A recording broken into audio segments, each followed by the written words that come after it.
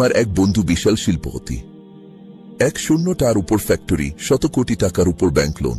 এক মুহূর্তের জন্য শান্তি নেই, সারাদিন ব্যস্ত দুনিয়ার পেছনে। একদিন তার অফিসে বসে গল্প করছিলাম, এমন সময় তার এক কর্মচারী আসল।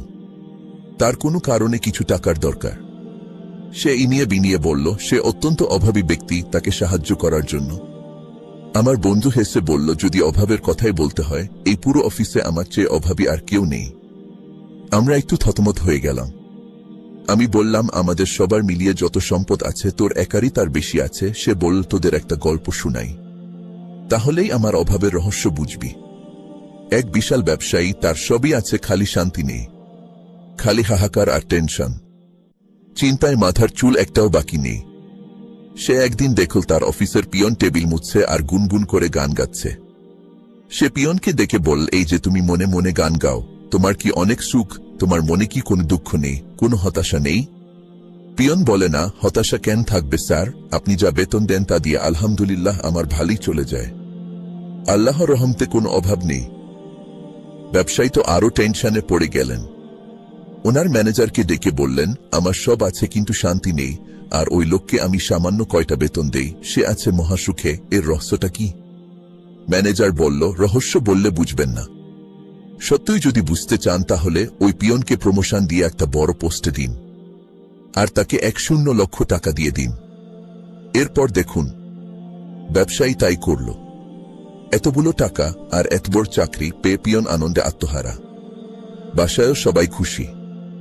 যেহেতু এখন অফিসার হয়ে গেছে, এখন তো আর টিনের ঘরে থাকা যায় না। কলিগরা কি মনে করবে? প্রথমেই বাসা পরিবর্তন করে আর একটু অভিজাত এলাকায় অ্যাপার্টমেন্টে উঠল। দেখল বিল্ডিং এর সবাই সন্তানকে বড় স্কুলে পাঠায়, তাই বাচ্চার স্কুলও চেঞ্জ করতে হলো। কিছুদিন পর বুক ঘনঘন শুরু করলো, সবার বাসায় কত দামি আসবাব, ফ্রিজ, টিভি, আর আমাদের বাসায় কিচ্ছু নেই, ওগুলোও কিনতে হল। এরপর শুরু হল বাচ্চার প্রাইভেট টিউশন, নানা রকম দাবি দাবা। আগে ঈদে একজোড়া জুতা পেয়েই সবাই কত খুশি হতো, আর এখন প্রতি মাসে একজোড়া দিলেও তৃপ্তি নেই। যেহেতু সে এখন বড় চাকরি করে, পরিবারের সবার তার কাছে প্রত্যাশাও অনেক। সাধ্যমতো চেষ্টা করে, তাও সবার চাহিদা মেটাতে পারে না। আত্মীয় স্বজন বন্ধুগণ তাকে অহংকারী ভেবে দূরে সরে গেল। এদিকে অফিসের সবাই ফলটা প্লট এ বুকিং দিচ্ছে। বউ সারাদিন বাসায় খোটা দেয়, তোমাকে দিয়ে কিছুই হবে না। ছেলে মেয়ের ভবিষ্যৎ অন্ধকার। সে চাকরির ফাঁকে একটা দুইটা টিউশনই করা শুরু করল, তাতেও কিছু হয় না। নানাবিধ টেনশন আর দুশ্চিন্তায় তারও মাথার চুল আসতে আসতে কমতে লাগল। ব্যবসায়ী লক্ষ্য করলেন ব্যাপারটা।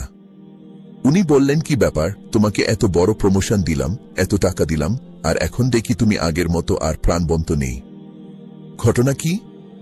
সে বলল, স্যার, কিছু দুনিয়াবী সম্পদ দিয়েছেন, কিন্তু তার সাথে যে এত চাহিদা আর অভাব আসবে তা তো আর বুঝিনি। আগে আমার কিছুই ছিল না, অভাবও ছিল না, আর এখন যে দিকেই তাকাই খালি নাই আর নাই। আগে আমার অভাব পড়লেও সেটা ছিল 1-2 হাজারের ব্যাপার, কোনোভাবে মেটান যেত, আর এখন আমার অভাব লক্ষ কোটি টাকার। এটা মেটা বসে চিন্তায় আমার এখন আর রাতে ঘুম আসে না স্যার। ব্যবসায়ী বলল, এতদিনে বুঝলাম আমার মূল অসুখ। 1 টাকার সম্পদের সাথে 2 টাকার অভাব আসে। যতই দুনিয়ার পিছনে ছুটি, কবরের মাটি ছাড়া এই অভাব আর অন্য কিছু দিয়েই পূর্ণ হবে না।